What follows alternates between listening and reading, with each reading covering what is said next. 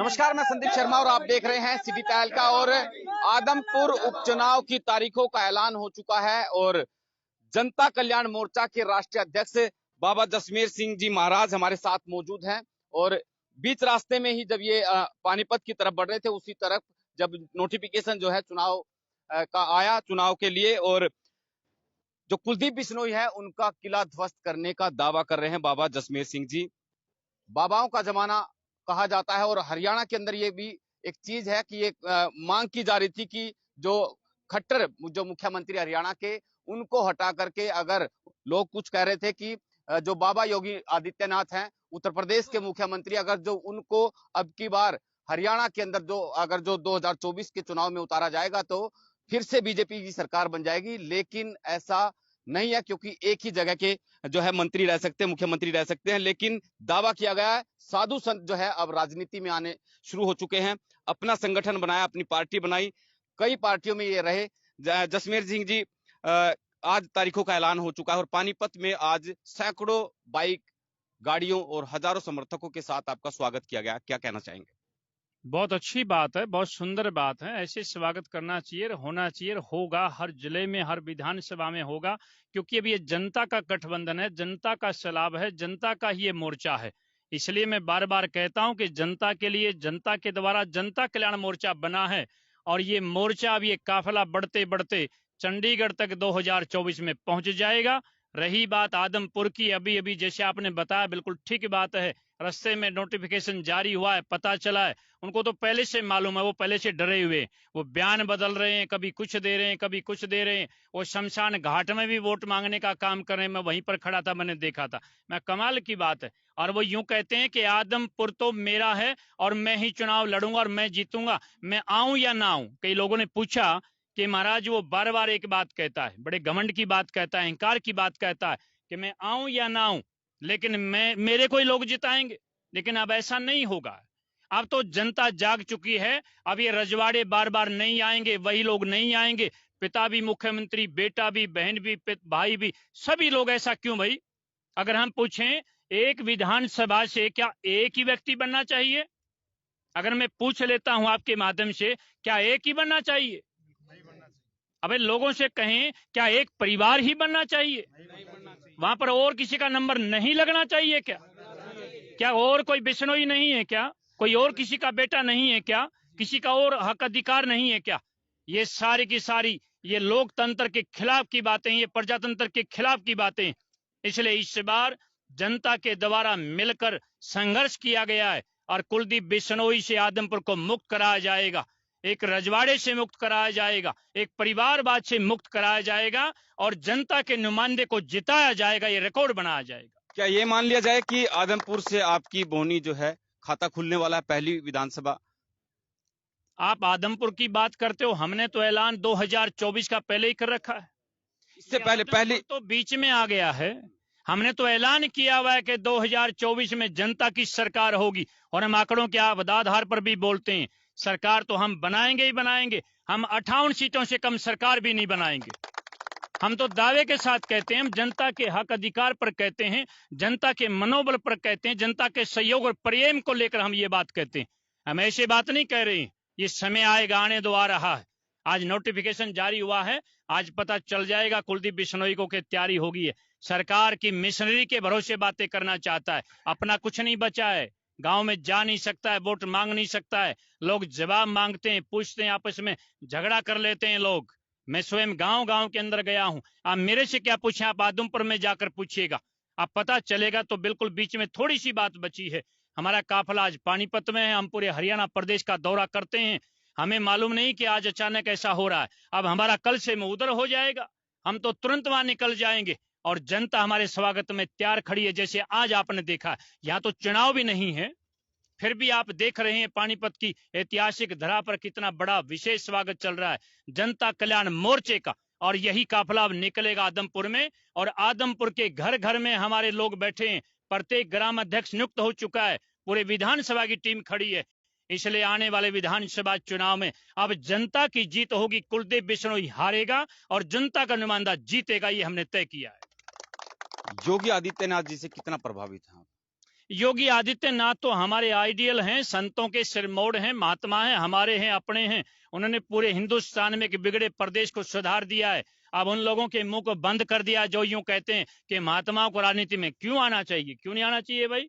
अब तो आपने देखा होगा कि उत्तर प्रदेश को महात्मा ने ठीक किया है। अब उत्तर प्रदेश को अगर महात्मा ने ठीक किया है तो अब हरियाणा प्रदेश को भी महात्मा ही ठीक करेगा। और इसलिए हम नारा कहते हैं कि आपकी बार। अगर आप के ऊपर भरोसा कर लेती है जनता पे, आप विश्वास बना लेते हैं, और जाहिर सी बात है बीजेपी तमाम हथकंडे भी अपनाएगी। ऐसा तो नहीं कि भाई योगी आदित्यनाथ जी को आगे करके आपको कैप्चर करने की कोशिश की जाएगी? क्या मानेंगे जब आइडियल मान रहे हैं तो उनको? किसको? योगी जी को? नहीं नहीं, ये कोई बातें ही नहीं है। वो तो पार्टियां अलग होती हैं। हमारा पंथ है, हमारा समाज है, महात्माओं की बात है। पार्टियां तो अलग बात है। वो बीजेपी पार्टी के माध्यम से काम कर रहे हैं, हम जनता कल्याण मोर्चे के माध्यम से कर रहे हैं। वो कोई विशेष बात नहीं है। हमारा तो प्यार प्रेम है और रहेगा। वो तो हमारे संतों की जमात है। अब हरियाणा प्रदेश में कितने नवनाथ संप्रदाय के संत खड़े हैं आपके सामने, सारे संत लोग खड़े हैं। वो ऐसी कोई बात नहीं है। हमारा जनता से गठबंधन है और जनता की सरकार बनेगी, जनता के द्वारा बनेगी और जनता के लिए बनेगी। जो गांव का, देहात का, जवान का, किसान का, महिलाओं का, खिलाड़ियों का, कर्मचारियों का, मजदूरों का हित बरतने के लिए हरियाणा प्रदेश में ये सरकार बनेगी। एक सप्ताह पहले हरियाणा के मुख्यमंत्री मनोहर लाल खट्टर यहाँ पर पहुंचे थे, और कुछ आपको भी पता पूरे हरियाणा के अंदर गैंगस्टर की जो अवैध संपत्तियां उनको ध्वस्त किया जा रहा है, और उनसे सवाल किया गया था कि भाई आप योगी आदित्यनाथ की राह पर चल रहे हैं कि लोगों के अंदर अपनी जगह बना लें, फिर से ग्राउंड पे उतरने का उनको मौका मिले, और ये जनता के बीच में एक मैसेज देने की कोशिश की जा रही है। तो उन्होंने हालांकि उसको नकार दिया, उन्होंने मना कर दिया था। आप उस तरह की जो कार्रवाई है भारतीय जनता पार्टी के द्वारा की जा रही है, कितना ठीक समझते हैं? हम किसी भी पार्टी को लेकर कोई बात नहीं करते, हमें कोई आवश्यकता नहीं है।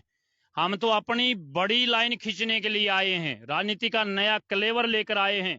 हम प्रेम से, भाईचारे से, करुणा को लेकर आगे बढ़ते हैं। हम अच्छाई को, सच्चाई को लेकर बढ़ते हैं। हमें इन बातों से कोई मतलब नहीं है। हम आदित्यनाथ जी की बात का तो समर्थन कर सकते हैं क्योंकि वो हमारे समाज के हैं। और रही बात जो डॉन है, जो गैंगस्टर हैं, जो बदमाश हैं, उनके ऊपर तो कार्रवाई होनी चाहिए। सरकार किसी की भी हो, लेट भी नहीं होनी चाहिए, जरूर होनी चाहिए, अच्छी बात है। लेकिन ये बात सबकी अपनी अपनी है। संरक्षण भी तो यही लोग देते हैं सर। इस बात को तो सभी लोग भली भांति जानते हैं। कार्रवाइयां जब होती हैं तो भेदभाव से होती हैं। कौन किस पार्टी के अंदर है वो उसका छोड़ दिया जाता है, जो नहीं है उसका गिरा दिया जाता है। ये सारे फैसले भी होंगे जब जनता की सरकार बनेगी। इसलिए तो हम कह रहे हैं कि साधु संत महात्मा तो सबके होते हैं, अपने होते हैं, एक जैसे होते हैं, समाज के होते हैं, सबको साथ लेकर चलते हैं। या पार्टियों में बांटने की कोई बात नहीं होती है। ये लोग तो सारे कभी धर्म पर, कभी जाति में, पाति में, सबको बांट कर चलते हैं। लेकिन हम लोग किसी को बांटते नहीं है। संत तो कहते हैं कि जाति ना पूछिए संत की और पूछ लीजिए ज्ञान, मोल करो तलवार का पड़ी रहने दो बयान। सबसे बड़ी बात है, हम जातियों में लोगों को नहीं बांटते हैं, हम धर्म में नहीं बांटते हैं, समूह में नहीं बांटते हैं। हम सबको इंसानियत का पाठ पढ़ाते हैं, सबके भले की बात करते हैं, आत्मा सो परमात्मा के ऊपर हम लोग चलते हैं। आखिरी सवाल लूंगा सर कि भारत के प्रधानमंत्री नरेंद्र मोदी ने बेटी बचाओ बेटी पढ़ाओ, हाँ, बेटी बचाओ बेटी पढ़ाओ अभियान की यहाँ से शुरुआत की थी पानीपत के अंदर, और यहाँ पर 5-5, 6-6 साल की, 7 साल की बच्चियों के साथ दरिंदगी की जा रही है, हत्या भी कर दी जाती है। फेलियर रही है यहाँ पे सरकार। ये तो क्या मैं ही अकेला इस बात को बताऊंगा? सारी जनता बताती है, जानती है। आप एक व्यक्ति से ही पूछ लो जाकर, सभी लोग आपको अच्छे से बताएंगे। आपसे पहले मैं किसी कार्यक्रम में था, पत्रकारों ने मेरे से पूछा था कि महिलाओं के आप के लिए आप क्या कर सकते हैं। मैं तो उसी के ऊपर बड़े रोज की बात है। मैं आपसे ही पूछना चाहता हूं कि बेटियों को पढ़ाने की, बढ़ाने की बात करी जाती है, लेकिन जब बेटियां पेपर भरती हैं और नौकरी प्राप्त करने के लिए पढ़ने के बाद आप उनको 5वें जिले में क्यों भेजते हैं? भाई अपने जिले में पेपर नहीं दे सकती क्या?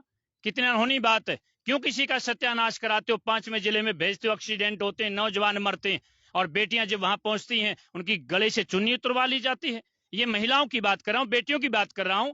बेटी पढ़ाओ बढ़ाओ आगे बढ़ाओ नारे की बात कर रहा हूं। और सर्दी में बेटी जब जाती है, हमने रोती हुई देखी है, उनके सर्दी के कपड़े उतरवा लिए जाते हैं। वो क्या खाक लिखेंगी? ये सामने हो रहा है, सबको पता है, फिर भी आंख मुंह बंद करके बैठे और नारा लिखते हैं बेटी को पढ़ाओ बढ़ाओ और आगे बढ़ाओ। क्यों? कैसे आप बढ़ाएंगे? सर्दी में अगर पेपर आ गया, 5वें जिले में आप उसको भेजते हैं, चुन्नी उसकी उतारते हैं, नाक का, गले का, कान का आप उतारते हैं, इससे बुरी जलालत और क्या होगी। और सबसे बुरी बात है, बेटी कांपती देखी, हाथ नहीं चलाए, सर्दी के कपड़े उतरवा लिए। ये कौन सी इंसानियत है? ये कौन सी बेटी बचाने की बात है? ये कौन सी बेटी पढ़ाने की बात है? आप उन बातों के ऊपर ना जाएं, अभी समय पड़ा है। हम 1000 बातों के ऊपर बोलेंगे, हम किसी को भी बोलने नहीं देंगे, अभी समय आ रहा है। मैं आपको बता दूं कि किसी भी गांव में किसी पार्टी के पास एक भी व्यक्ति नहीं बचेगा, सब जनता कल्याण मोर्चे के साथ होंगे। हम इस प्रकार की योजना लेके चल रहे हैं। फिर से एक सवाल मुझे याद आ गया। जननायक जनता पार्टी दुष्यंत चौटाला के द्वारा बनाई गई थी और लुभावने वादे किए गए थे। 5100 पेंशन बुजुर्गों को खुश करने के लिए कहा गया था। 5100 पेंशन तो नहीं कर पाए, लेकिन 5 लाख के आसपास से बुजुर्गों की मालूम है कि पेंशन काट रहे हैं। अब पेंशन का आधार बताया जा रहा है कि हम पेंशन उनकी काट रहे हैं जिनके घर में अच्छी आमदनी मिली है, उनके बच्चों के कारोबार जम गए हैं, उनकी पेंशन काट रहे हैं।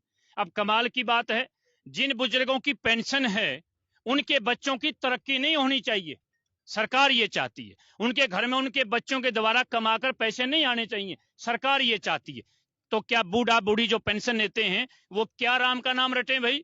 क्या प्रार्थना करें कि मेरे बच्चों का काम नहीं बढ़ना चाहिए, वो गरीब रहें? ऐसी सोच बना दी है। और जनता की सरकार जब आएगी, हम इस बात का ऐलान करते हैं कि बूढ़ा बूढ़ी पेंशन लो और आपके घर में 1 करोड़ रुपया महीने में आना चाहिए। ऐसी परमात्मा से प्रार्थना करो। कोई आप भी कुछ दावा कर रहे हैं कि कोई पेंशन कितनी करेंगे आप? या कमाल है, ये छोटी बात है क्या? मैं ये कह रहा हूं कि पेंशन पैसे से कोई मतलब नहीं है। आपके घर में 1 करोड़ रुपया आता हो, किसी के में भी आता हो, और उस बुजुर्ग माता पिता को 1 रुपया ना मिलता, उसकी क्या साझेदारी हुई भाई? वो कैसे निश्चिंत हो सकता है? बुजुर्ग कैसे राम का नाम ले सकता है? ये आयु के सम्मान को लेकर पेंशन बनाई गई है।